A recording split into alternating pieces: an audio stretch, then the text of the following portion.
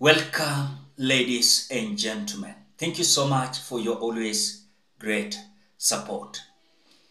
For the first time in the Republic of Kenya, now the Gen Zs, young youths, they have taken over.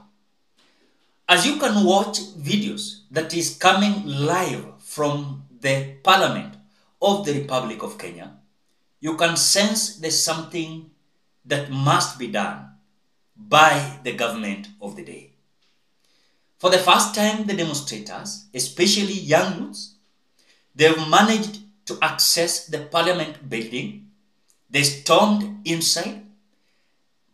The way you can see live coming from a parliament, some part of the parliament has already been put on fire.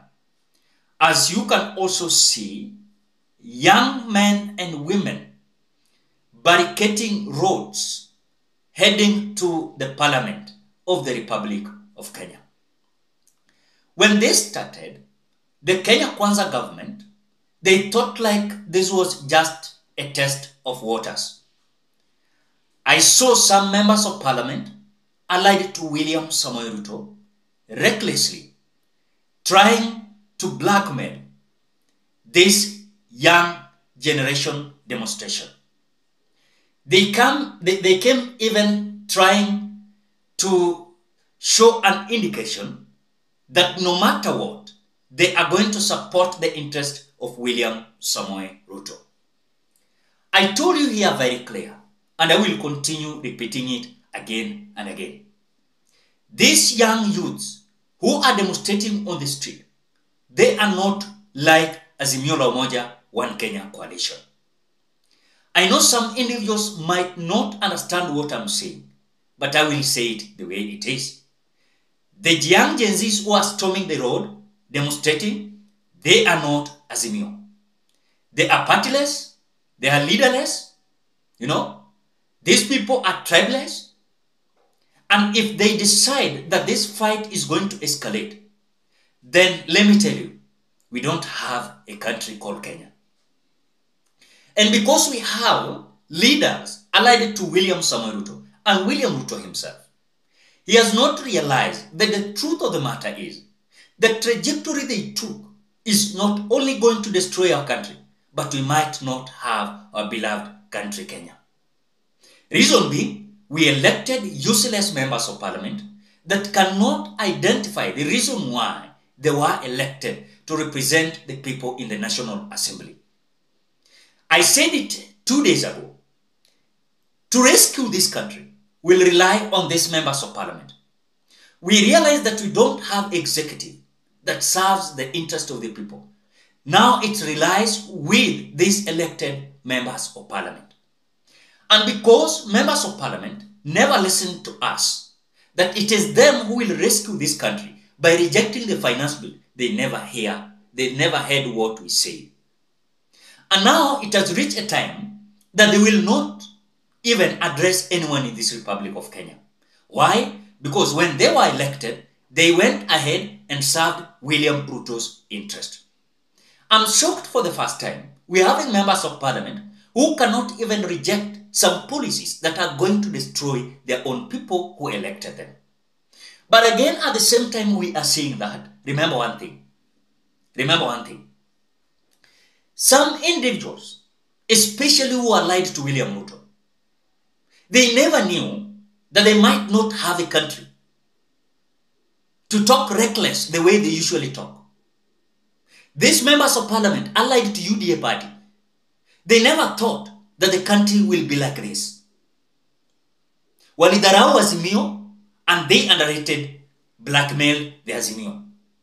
Walituambia kwamba wamepanga mzee Raila Amolo Odinga. Still, they are saying, it seems like there is a force behind pushing these young Gen Zs to take over. But remember one thing, they were warned, but they never listened to. And now, they are facing the repercussions and the consequences.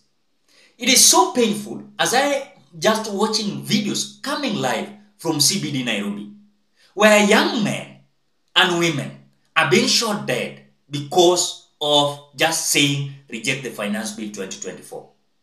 Are we going to have a country where they listen to the people or they listen to their interest?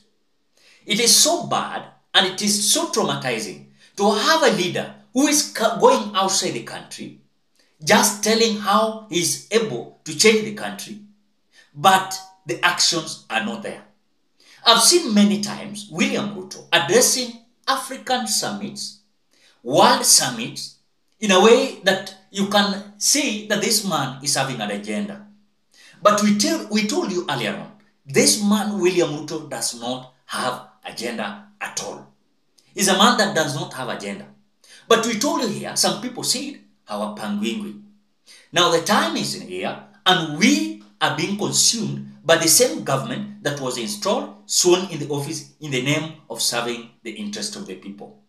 Look at the narrative these people came up with in this Republic of Kenya during the last general election 2022.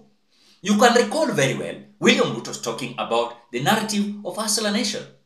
He talked about Mama Mboga, he talked about border people, he talked about wheelbarrow, he talked about many things that was obviously going to change this country. What went wrong? And I want to tell you today, the problem started where William Ruto dumped in national interest and now he ventured to the world interest, where he deployed our police officers last night, 400 of them in Haiti. The same man is being involved in a war like Russia and Ukraine.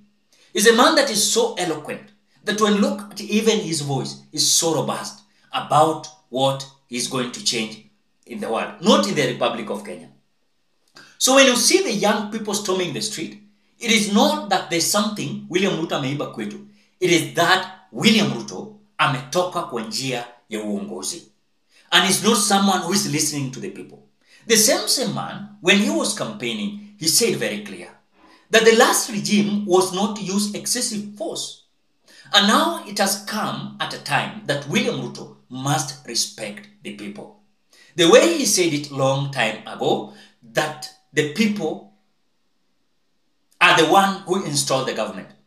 The people are the one who decide the government to go or not.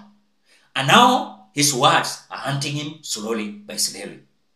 I'm asking myself, how do William Ruto feel as he is in Nakuru, as people, young men and women, are being killed in CBD Nairobi? The same man said that in his regime, no one was going to be killed. No one was going to be abducted. No one was going to be blackmailed. No one was going to be frustrated. But we are having a country that where someone has been elected, sworn in the office, then he's forgetting his mandate. Why? Because we have those who are going to serve their interest today. That is whatever is happening. So when you see section of parliament being put on fire, it is because of this recklessness of these members of parliament. They've forgotten what took them there. As you can see, the National Assembly is so scaring. As you can see, young youths storming the parliament. It is not something that is easy. Then I want to tell you today, William Ruto must not underrate these young people. He must not underrate these young people. Remember, I told you here very clear, these young people, they have nothing to lose. It is William Ruto who is going to lose. It is these members of parliament who are going to lose. It is these police officers who are being used to kill our people. They are going to regret this. And one day, they must account for what they are doing. Because it is not good. Literally, it is not good. It is not good. And this must be condemned. This is something that they used to do. You know, they are used to do.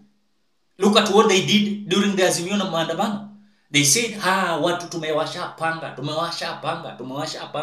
Now they're coming out with the realities.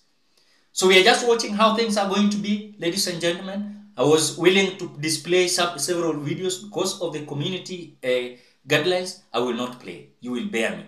But the message is very clear. William Ruto must listen to the people. The finance bill must be rejected. The finance bill must not be signed into the law. And if William Ruto wants this country to be not a country again, let him sign that law. Ladies and gentlemen, what do you think? Drop your opinion at the comment section below. Otherwise, thank you so much because of your great support. Please consider subscribing, liking, commenting, and sharing this video. Bye bye till you meet in another video.